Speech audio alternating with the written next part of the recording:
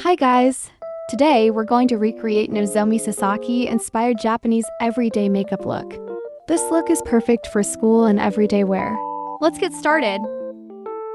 For the base, apply a thin layer of foundation or BB cream. Don't go too heavy, then blend it out evenly using a damp sponge or brush. Once everything is blended nicely, set your face with a little loose powder, especially on your T-zone or areas that get oily. After powder, use a brow tint to soften the color.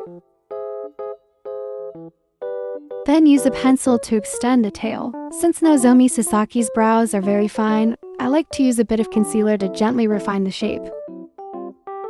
For the eyes, use a soft base shade across the lid.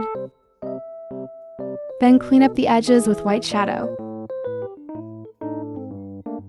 Next, add a touch of shimmer in the center of the lid to catch the light and give a fresh, awake look. Today, I'll use a brown gel liner to deepen the inner lash line and extend the outer corner. Then, a touch of gray under the lower lash line. Highlight the egg yolk, the small puff under the eye,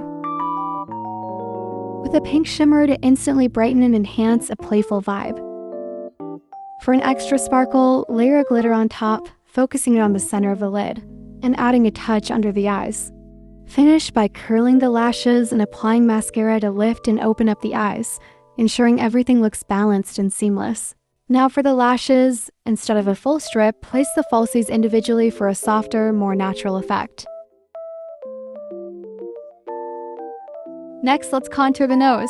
Use a light brown shade, nothing too dark. Gently shade along the sides of the bridge, keeping it soft and blended so it looks natural. Use the lighter shade to highlight the inner corner of the eye. Then highlight down the bridge of the nose with a thin stroke. Then highlight the center of the face to create balance and add a fresh glow. Apply a soft pink blush on the apples and blend it slightly upward for a healthy flush. Finally, finish with a glossy lip tint to bring the whole look together. And that's the complete look, fresh, glowy, and natural. Thank you so much for watching. Don't forget to like, share, and subscribe if you enjoyed this tutorial. See you in the next one.